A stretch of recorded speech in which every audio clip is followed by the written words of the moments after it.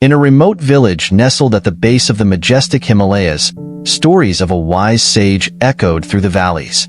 People spoke of his extraordinary ability to cure even the most chronic illnesses without a single pill or surgical intervention. His medicine wasn't something you could touch or see. It was invisible yet incredibly powerful.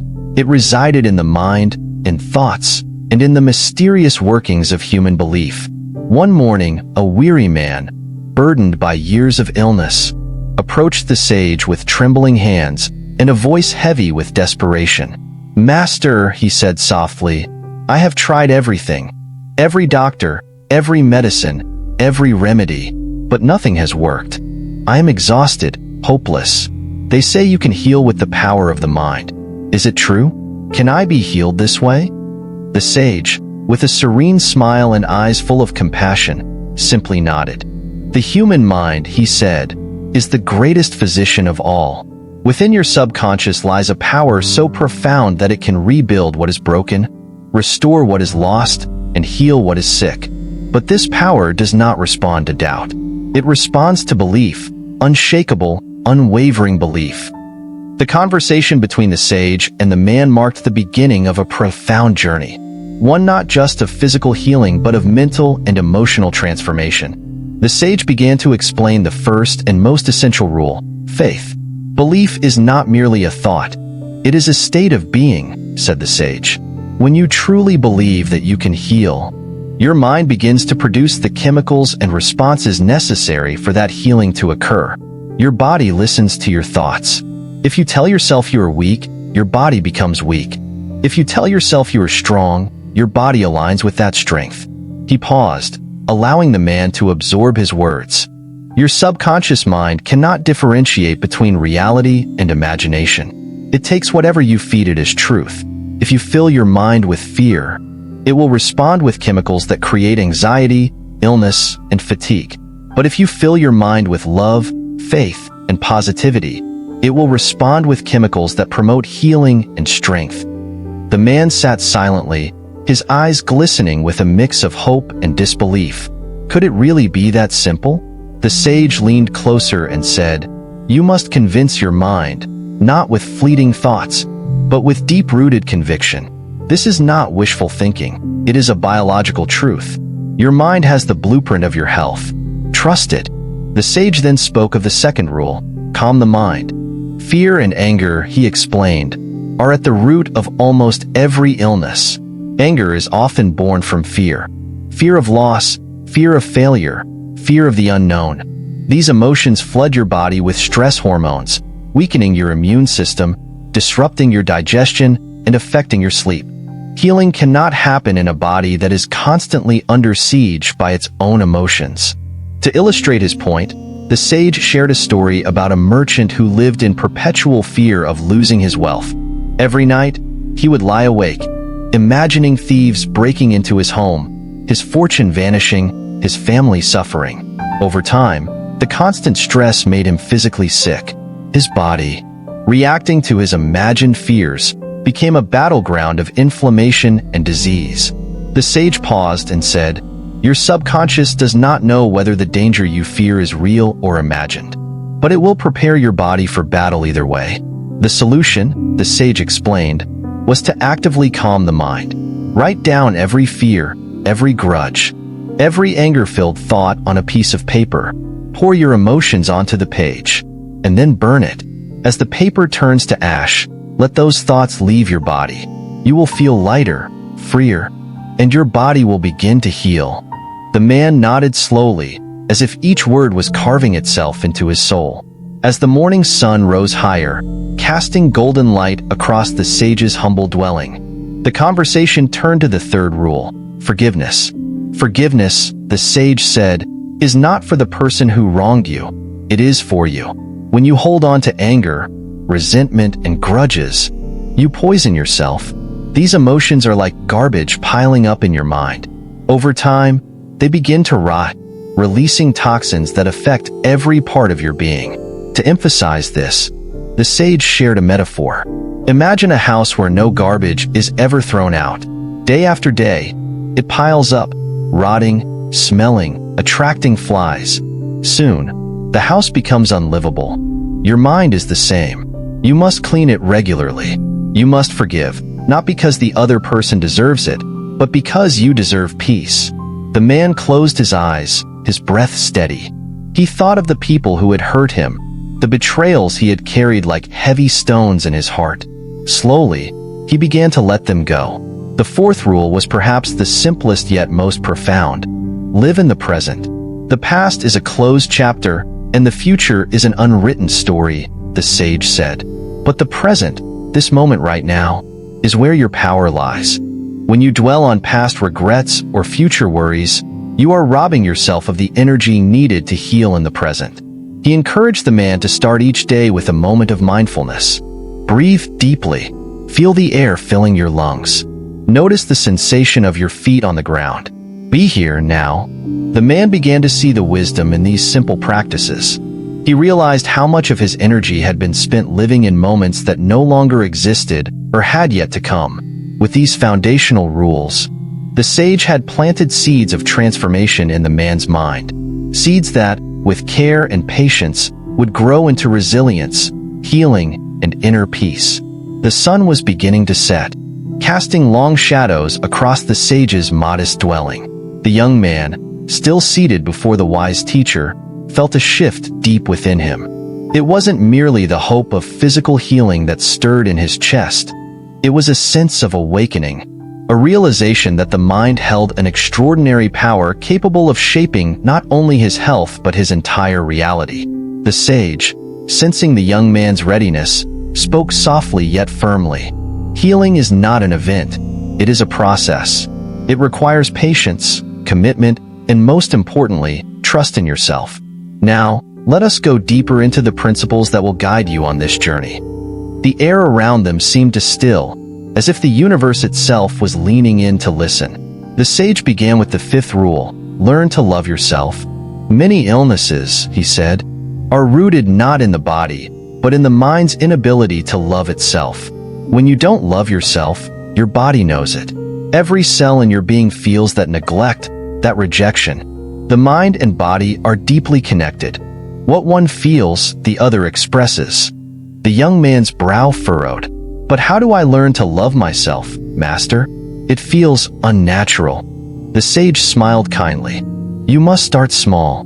Begin by spending time with yourself, not out of obligation, but out of curiosity. Ask yourself questions. What brings me joy? What makes me feel alive? What are my strengths? Too often, we measure our worth based on others' opinions, on society's fleeting standards. But true self-love begins when you see yourself not through others' eyes, but through your own. The young man nodded slowly. The sage continued, every morning, stand before a mirror. Look into your own eyes, not at your flaws, not at your imperfections, but into your soul. Say, I love you. I am worthy of health. I am worthy of happiness. At first, it will feel strange, but over time, your mind will begin to believe it. And when your mind believes it, your body will respond. He paused, letting the words settle. Remember, healing begins with kindness, kindness to yourself. The sixth principle flowed seamlessly from the fifth. Visualize positively. The sage leaned back slightly and closed his eyes for a brief moment before speaking. Your mind cannot differentiate between imagination and reality. When you vividly imagine something, your body responds as if it's actually happening. This is why fear feels so real. It's a story your mind tells, and your body believes it. The young man's curiosity sparked. So if I imagine myself healthy, will my body start to believe it too? Precisely, said the sage. Every day, take 10 minutes to sit quietly. Close your eyes and imagine yourself vibrant, full of life, healthy in every sense. Picture your body healing, your energy flowing freely, your cells regenerating. See yourself smiling, moving with ease, feeling light and joyful. The sage continued, athletes use this technique all the time. A runner visualizes crossing the finish line before the race even begins. A musician imagines performing flawlessly before stepping on stage. And their minds, in response, prepare their bodies for success. He paused, his eyes locking onto the young man's. If your mind can create illness through fear and negativity, it can also create health through love and positivity. Choose your thoughts carefully, for they shape your reality. The sage then introduced the seventh rule: discover your purpose. A life without purpose, he said, is like a ship without a rudder. It drifts aimlessly, vulnerable to every wave, every storm. But a life with purpose is guided by an inner compass. Purpose gives us strength, resilience, and an unshakable reason to rise each morning. The young man spoke hesitantly. "But Master, what if I don't know my purpose?" The sage chuckled softly. "Most people don't, my son. Purpose is not always revealed in grand moments of epiphany. Sometimes, it is found in the smallest acts of kindness, in the quiet joy of serving others, in the peace of knowing you've done your best." He leaned forward, his voice soft yet firm. "Ask yourself, what makes me lose track of time?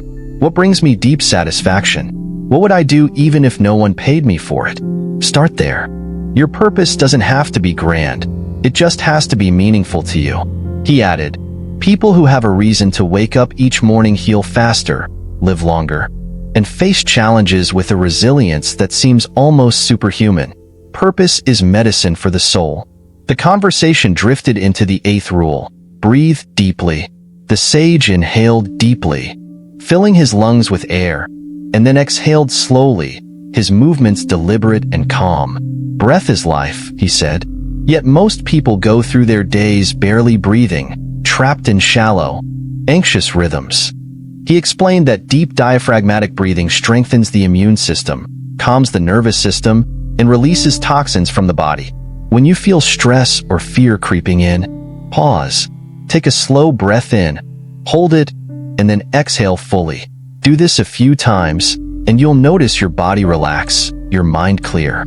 The young man closed his eyes and mimicked the sage's breathing.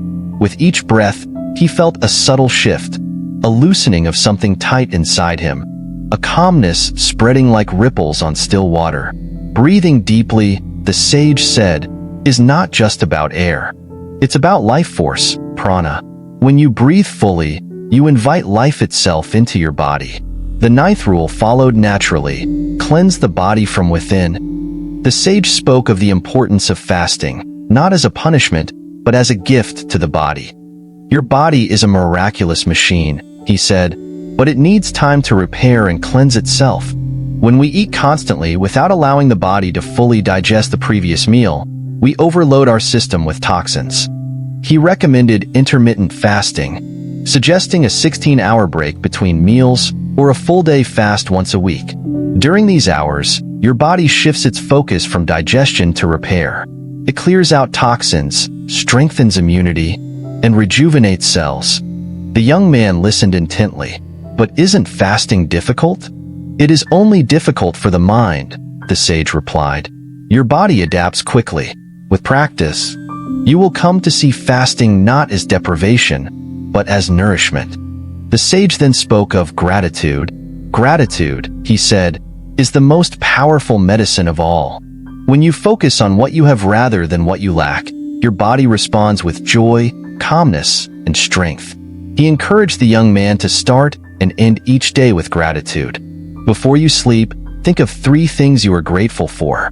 They can be small: a warm meal, a friend's kind word, a beautiful sunset. Gratitude rewires your brain, shifting your focus from scarcity to abundance. The young man felt a deep sense of peace as he absorbed the sage's words. As the sky turned shades of gold and purple, the sage leaned back and said, "Healing isn't something you do once and forget. It's a daily practice, a commitment to your mind, your body, and your soul." The young man felt tears well in his eyes, not from sadness, but from a profound sense of clarity and hope. "Are you ready to continue this journey, my son?" the sage asked. With a steady voice, the young man replied, "Yes, master. I am ready." "Would you like me to proceed with the final section?" The night sky stretched endlessly above, dotted with stars that flickered like ancient lanterns guarding forgotten secrets. The young man sat across from the sage, his heart quiet but full. It wasn't just his physical body that felt lighter. His mind, once a chaotic storm of fear and doubt, now resembled a serene lake. The sage's words had not only offered him wisdom, they had planted seeds of transformation deep within his being. "Master," he said softly, breaking the stillness of the night, "everything you've taught me feels both simple and profound. But how do I ensure I don't lose this clarity when I return to my daily life?" The sage's gaze softened, and his voice carried the weight of timeless understanding. "Healing, my son, is not a destination. It's a practice. It's not something you do once. It's something you cultivate every day, like tending to a garden. And remember, the same mind that can create disease has the power to create health, joy, and peace. You must become the master of your mind, not its servant." The wind carried their conversation across the mountains, as if nature itself leaned in to listen. The sage continued, his voice steady yet filled with warmth, introducing the 10th rule. Gratitude as a way of life. Gratitude isn't just a fleeting emotion. It's a state of being, he said. When you cultivate gratitude, you train your mind to focus on abundance rather than scarcity. You see opportunities where others see obstacles. You feel blessed rather than burdened. The young man nodded, recalling how often he had overlooked the beauty of simple things. A warm meal, the laughter of a friend, the colors of a sunset. The sage spoke again. Every morning, before your feet touch the ground, pause, close your eyes, and give thanks for 3 things. They don't have to be grand. They can be as simple as the breath in your lungs or the warmth of your blanket. Gratitude shifts your internal chemistry, my son. It releases hormones that reduce stress, boost immunity, and enhance your overall well-being. He leaned closer and added, when gratitude becomes your default state, healing becomes effortless. It's like sunlight for your soul. It nourishes you from the inside out. The young man felt a gentle warmth spread through his chest, as if his heart had just opened a little wider. From gratitude, the sage transitioned into the 11th rule, listening to your body. The body, he said, is a miraculous messenger. It speaks to us constantly, but we've forgotten how to listen. Pain, fatigue, tension, these are not enemies to fight but signals to understand. The sage explained how many illnesses arise because people ignore these signals. When you're tired, rest. When you're hungry, eat nutritious food. When you're stressed, breathe deeply. Your body knows what it needs, but your mind often gets in the way with schedules, expectations, and artificial deadlines. To illustrate this point, the sage shared the story of a farmer who ignored the creaking sound of his plow until it finally broke in the middle of harvest season. Your body is the same, he said. Ignore its whispers, and it will eventually scream. The young man realized how often he had pushed through exhaustion, ignored headaches, or skipped meals. He made a silent promise to treat his body with respect, to listen when it whispered, so it would never need to shout. The sage's 12th and final rule was perhaps the most transformative of all. Embrace impermanence. Everything in life is temporary, my son, the sage said gently. Your pain, your illness, your worries, they are all like clouds passing across the sky. They are not permanent fixtures, even if they feel that way in the moment. He paused, letting the stillness of the night deepen the weight of his words. When you understand impermanence, you stop clinging to things, whether they are moments of joy or moments of suffering. You learn to let them pass, like leaves floating down a stream. The young man reflected on his struggles, his illness, his fear, his frustrations. They had felt endless, eternal, but now, he saw them for what they were, temporary ripples in the vast ocean of his life. Impermanence doesn't mean indifference, the sage clarified. It means freedom. It means you can fully embrace the present moment without fearing its end. And in this freedom, healing becomes possible. The young man closed his eyes, breathing deeply as he absorbed this profound truth. The conversation gradually shifted into silence, broken only by the gentle hum of insects and the distant sound of a stream. The sage and the young man sat together, two souls united by a shared understanding of something timeless and sacred. After a while, the sage spoke again. Now that you understand these principles, your task is not just to heal yourself, but to share this wisdom with others. Healing is not a selfish act. It is a ripple that spreads outward, touching everyone around you.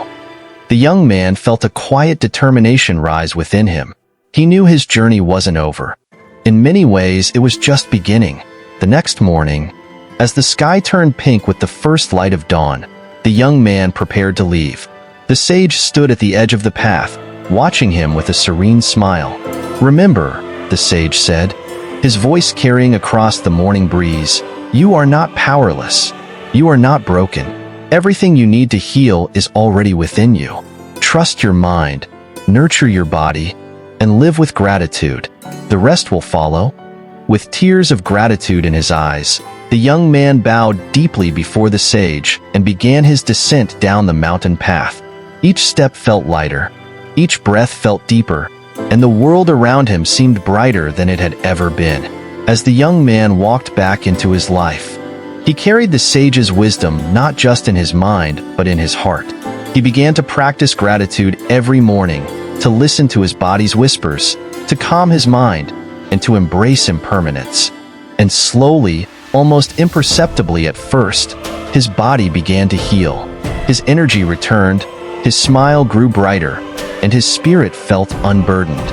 But perhaps the most profound change wasn't in his body, it was in his outlook on life.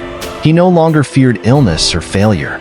He no longer clung to past regrets or future anxieties. He had discovered something far more valuable, a sense of peace that no illness, no hardship could ever take away.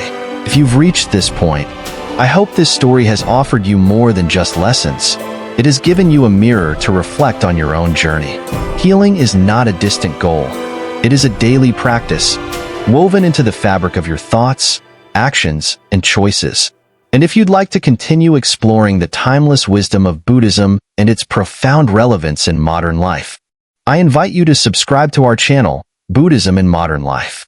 Together, we'll uncover more stories, insights, and practices to guide us toward inner peace, resilience, and fulfillment. Thank you for being here, for listening, and for opening your heart to these teachings.